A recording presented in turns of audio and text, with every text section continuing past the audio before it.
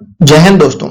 आज हम पढ़ेंगे पंचायती राज में 73वां संविधान संशोधन विधेयक पार्ट 2। इसके पहले हमने पार्ट 1 पढ़ चुके हैं 73वां संविधान संशोधन विधेयक में। आज हम पढ़ेंगे पार्ट 2। चलिए वीडियो शुरू करते हैं। सबसे पहले मैं आपको बता दूं, इसके पहले पार्ट 1 में अधिनियम का महत्व पढ़ा है। आज हम पार्ट 2 में प्रमुख विशेषताएं पढ़ेंगे। सबसे पहले हम प्रमुख विशेषताएं देख लेते हैं कौन कौन सी हैं।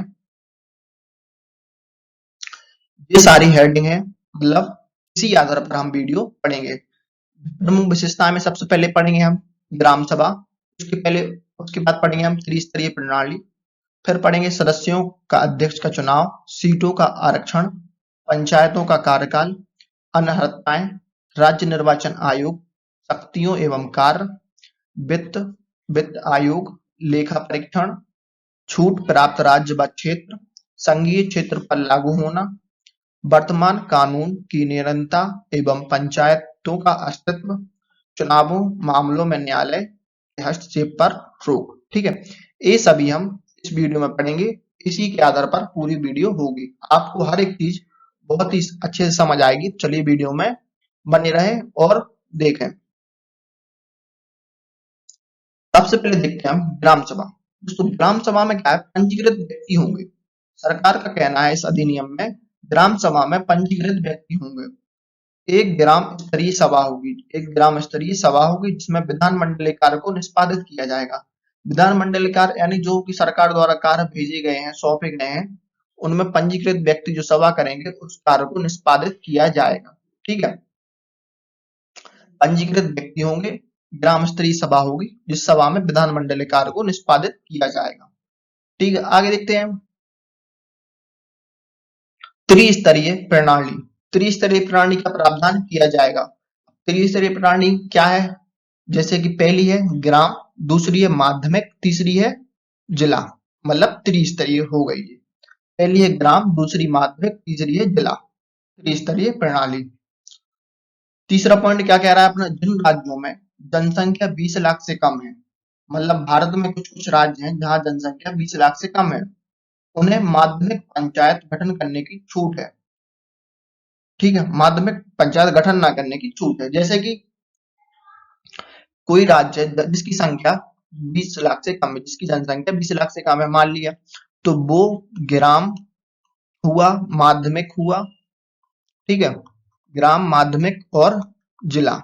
ठीक है, जो 3 स्तर की पंचायत होती है उसमें वो माध्यमिक पंचायत का गठन नहीं करेगा। अगर वो चाहे तो माध्यमिक पंचायत का गठन नहीं करेगा उसको, लेकिन ग्राम और जिला पंचायत का गठन करना होगा।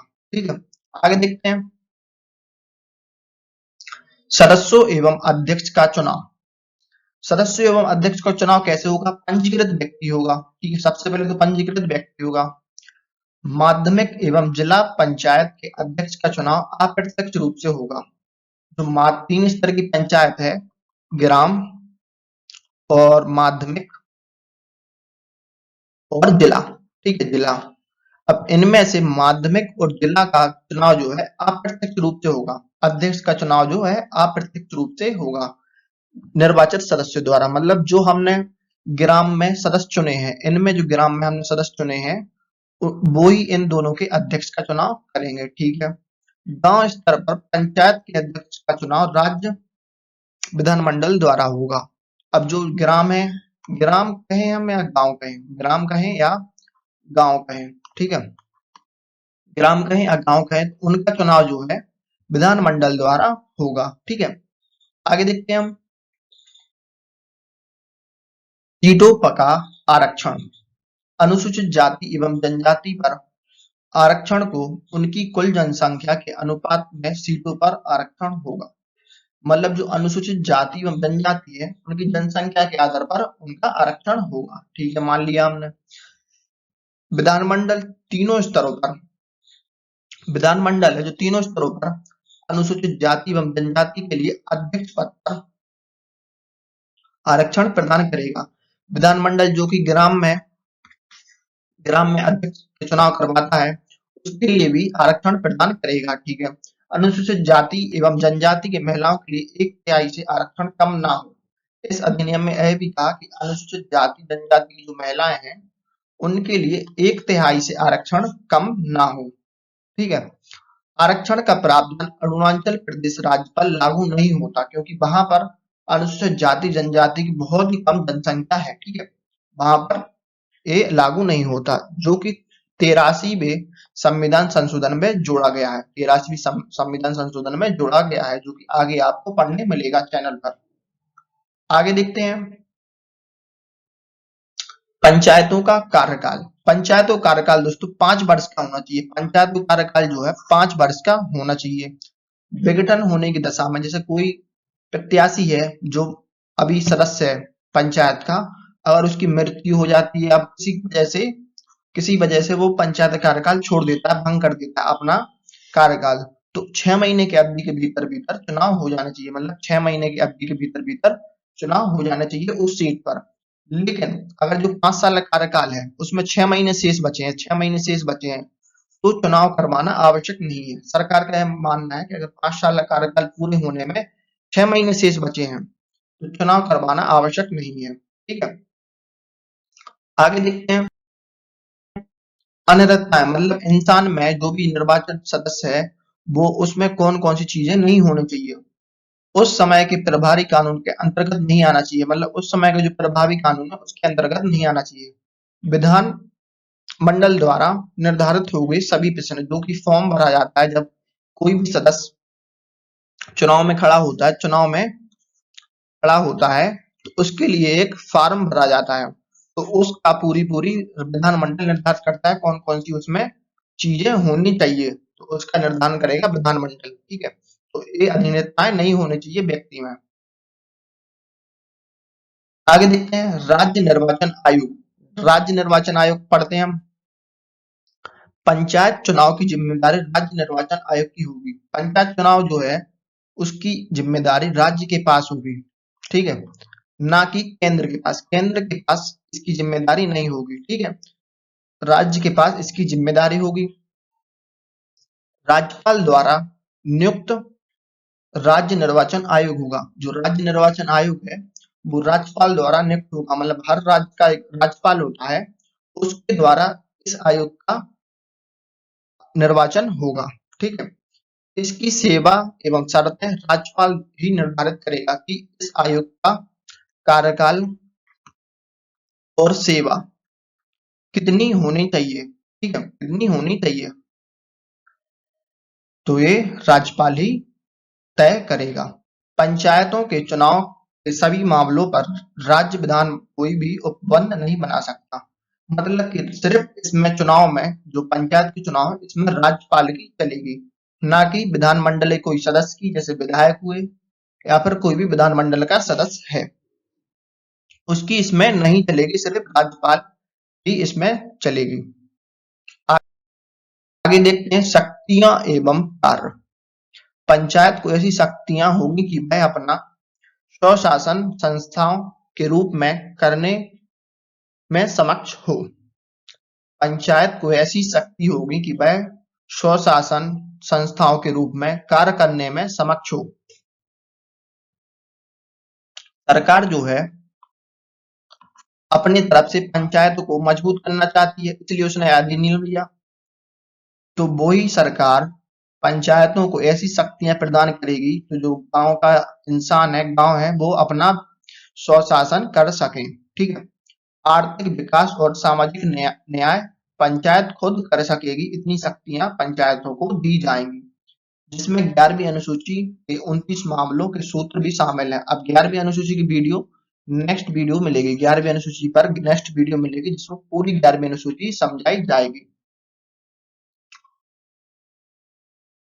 वित्त उपरोक्त कर, मतलब वित्त पढ़ते हैं हम। उपरोक्त कर चुंगी शुल्क लगाने के लिए प्राधिकृत कर सकते हैं, मतलब जो गांव या माध्यमिक या जिला परिषद है वो अपना वित्त लगा सकते हैं, मतलब कि किसी भी चीज पर कर लगा सकते हैं, जैसे कि कोई फैक्ट्री हुई या कोई भी चीज हुई जो कि उस पर लगता है कि कर लगाना चाहिए, तो उस पर अपना कर लगा सकती है और वो धन अपने विकास के कार्यों में लगा सकते हैं।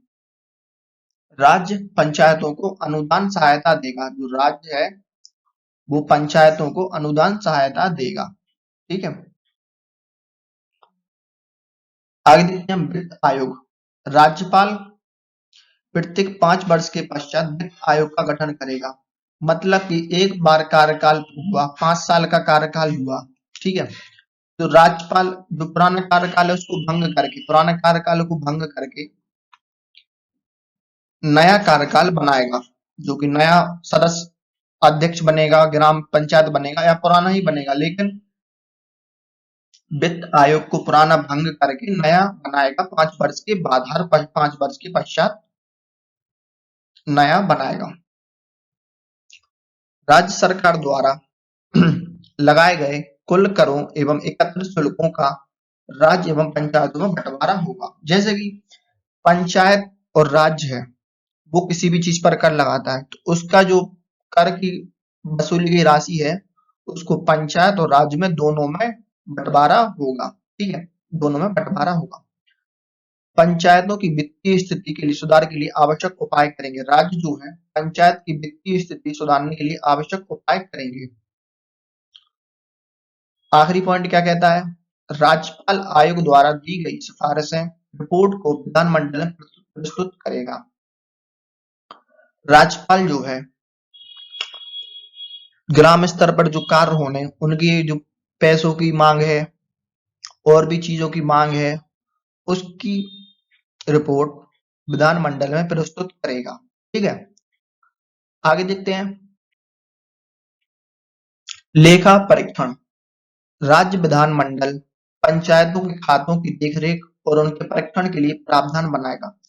जो राज्य विधानमंडल है पंचायतों के खाते, मतलब हर पंचायत में एक खाता होगा या खाते होंगे, तो उनकी देखरेख करेगा और उनका लेखा परीक्षण करेगा, उनके लिए अच्छे अच्छे प्रावधान बनाएगा। ठीक है, आगे देखते हैं। संघीय क्षेत्र पर लागू होना, इसका मतलब क्या है? राष्ट्रपति निर्देशित कर सकते हैं कि प्रावधान किन्हीं आपदाओं तथा संशोधनों सहित किसी संघीय क्षेत्र पर लागू होंगे, जैसे कि वे निर्धारित करें।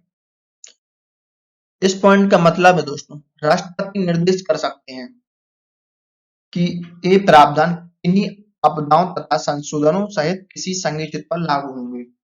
मतलब किसी कोई संघीय क्षेत्र है तो वहां पर लागू नहीं कर सकते, तो वो सिर्फ राष्ट्रपति निर्धारित कर सकता है। ठीक है, वो ही निर्धारित कर सकता है कि कहाँ लागू होंगे, कहाँ लागू नहीं होंगे, और किसी के पास इतनी शक्तियां नहीं है। आगे देखते हैं। छूट प्राप्त राज्य व क्षेत्र। यह कानून नागालैंड, मेघालय, मिजोरम और कुछ अन्य विशेष क्षेत्रों पर लागू नहीं होता। यह जो कानून है 73वां संविधान संशोधन अधिनियम विधेयक नागालैंड, मेघालय, मिजोरम और कुछ अन्य राज्यों पर लागू नहीं होता। राज्यों या क्षेत्रों पर लागू नहीं होता। जैसे कि बंगाल को दार्जिलिंगा जिला, जहां पर दार्जिलिंगा गोरखा हिल परिषद अस्तित्व में है। पश्चिम बंगाल को दार्जिलिंगा जिला, जहां पर दार्जिलिंगा गोरख हिल परिषद अस्तित्व में है। मतलब जो पुराने कल्चर जहां पर अस्तित्व में है, जनजातियां अस्तित्व में है पूरी तरह से, मतलब उनका रहन सहन सब कुछ वैसे ही अस्तित्व में है, तो वहां पर लागू नहीं है, वहां पर छूट दे दी गई है सरकार की तरफ से। संसद ने पंचायतों के प्रावधान अधिनियम 1976 में पैसा अधिनियम कहें आप, विस्तार कानून नाम से जाना जाता है। इस अधिनियम को पैसा अधिनियम, जो छूट का प्राप्त राज्य है उसको पैसा अधिनियम या विस्तार कानून के नाम से जाना जाता है। लेकिन संसद चाहे तो जो पश्चिम बंगाल है, नागालैंड, मेघालय, मिजोरम, इनमें पंचायती राज लागू कर सकती है। संसद चाहे तो इस अधिनियम को, आपदाओं को लागू कर सकती है। ठीक है, बिल पास करवा के यह लागू कर सकती है। आगे देखते हैं। चुनावी मामलों में न्यायालय के हस्तक्षेप पर रोक। पंचायत के चुनावी मामलों में पंचायत के जो चुनावी मामलों में न्यायालय पर रोक लगाता है। जैसे कि अब सीटों का आवंटन होना, तो उसमें न्यायालय क्या करे? भाई कोई व्यक्ति न्यायालय पहुंच जाए कि हमें सीट नहीं मिली और उसमें अनियमितताएं हैं, वो चुनाव खड़े होने लायक नहीं है, तो वो उसमें न्यायालय को रोक लगा दी गई है, भैया आप बीच में नहीं बोलिए। सीटों के आवंटन के मुद्दों को न्यायालय में पेश नहीं किया जा सकता। सीटों के आवंटन पर न्यायालय में पेश नहीं किया जा सकता, ठीक है। पंचायत चुनाव को राज्य विधानमंडल द्वारा हस्तक्षेप नहीं कर सकते, मतलब राज्य जो विधानमंडल है, विधायक है, कुछ भी है, तो वो पंचायत चुनाव में हस्तक्षेप नहीं कर सकते कि भैया हम सीट देना चाहिए, चुनाव में खड़े होना चाहिए, अब किसी का फॉर्म नहीं भरना चाहिए, कुछ भी उसमें हस्तक्षेप नहीं कर सकते पंचायत चुनाव में। वीडियो पसंद है तो चैनल को सब्सक्राइब करें, लाइक करें, शेयर करें। धन्यवाद। जय हिंद।